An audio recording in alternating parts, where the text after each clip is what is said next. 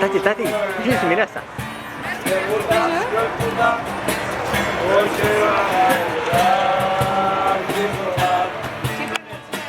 Chega lângă copii, se țină prima zi și se gândeau la o seară de mai.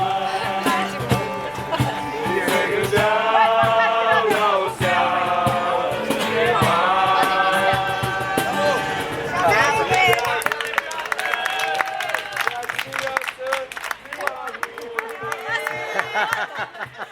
De la tată, de la măr,